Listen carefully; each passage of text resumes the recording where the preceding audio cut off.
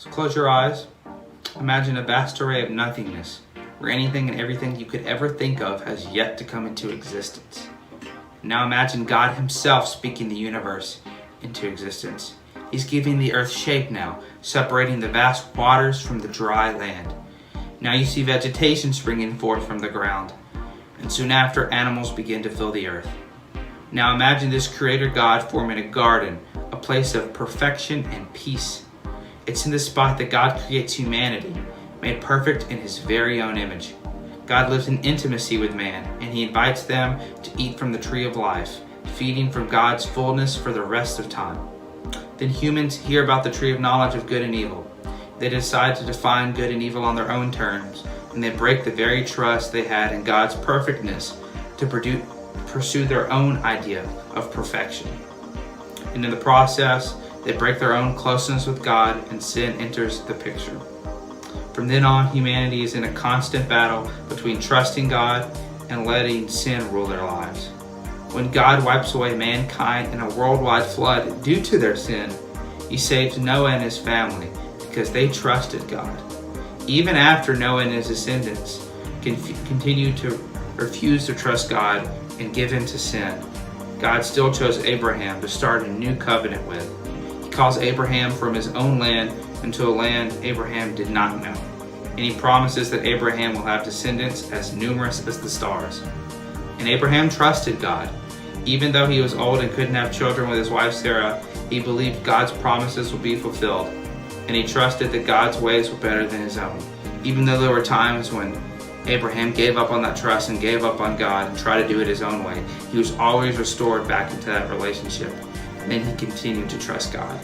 So then Abraham finally has his son Isaac. God finally fulfills his promise, and then God asks something tremendous of Abraham. So open your eyes.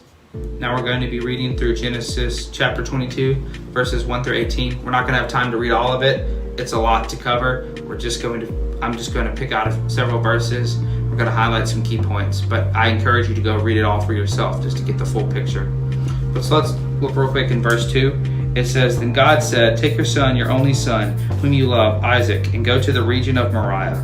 Sacrifice him there as a burnt offering on a mountain I will show you.'"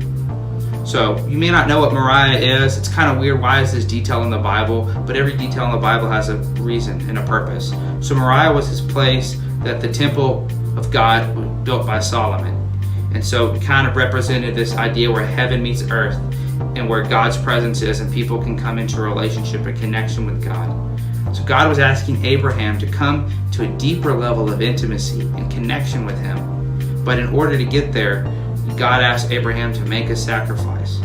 This sacrifice was the very son God had promised to Abraham to make a great nation with. If you look at verses 3 through 5, it says, "Early the next morning Abraham got up and loaded his donkey. He took with him 2 of his servants and his son Isaac. When he had cut enough wood for the burnt offering, he set out for the place God had told him about. On the 3rd day Abraham looked up and saw the place in the distance. He said to his servants, 'Stay here with the donkey while I and the boy go over there. We will worship and then we will come back to you.' So right after God spoke, Abraham trusted God and he immediately obeyed.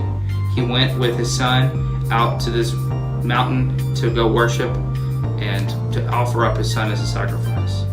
And so he went where God was calling him to go, even though, Abraham didn't entirely understand what God was doing.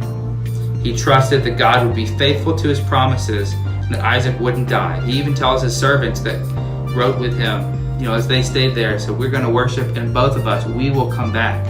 He trusted that, Isaac would remain alive. So if you read later on in verse 8, at this point, as they're walking up the mountain, Isaac wonders where the lamb is. They have the wood, they have everything to make the altar and to make a sacrifice, but they don't have the lamb. So in verse 8 it says, "Abraham answered, 'God himself will provide the lamb for the burnt offering, my son.' And the 2 of them went on together. So Abraham told Isaac that God himself would provide the lamb for the offering. Abraham knew it wasn't through his own strength or resources, but through God making a specific way out for there to be a lamb. In their specific moment and situation, God would provide. Look a little bit later in verse 12. At this point, Abraham has laid Isaac down on the altar and is just about to kill him. And then God speaks. Starting in verse 12, "Do not lay a hand on the boy," he said. "Do not do anything to him. Now I know that you fear God because you have not withheld from me your own son, your only son." So when Abraham was just about to kill Isaac, God intervened and told him not to touch the boy. Instead, God saw that Abraham's fear for him was so great that he was willing to even lay down the life of his son in obedience to God. He feared God and trusted him that much. So read a little bit later in verse 14. "So Abraham called the place, 'The Lord will provide.' And to this day it is said, 'On the mountain of the Lord it will be provided.'" So Abraham saw God provide a ram for the altar, and he actually did. Right before he was going to give up his son, God stopped him, and then he looked over and saw a ram caught in the bushes. And because of this, he trusted in God's promises. He specifically called the place, "The Lord will provide." That's what he named it. He was that confident in God's provision and trusted him that much that Abraham was willing to mark this mountain by God's faithfulness to provide. So I want to ask you, are you trusting in God enough right now to let all you do be marked by the unshakable nature of God's faithfulness? Look a little bit later on in verses 17 and 18. It says, "I will surely bless you and make your descendants as numerous as the stars in the sky and as the sand on the seashore. Your descendants will take possession of the cities of their enemies, and through your offspring all nations on earth will be blessed, because you have obeyed me." Because of Abraham's obedience, God would shower Abraham with blessings, both in that life and for eternity. It would outlast Abraham's just mere existence on earth.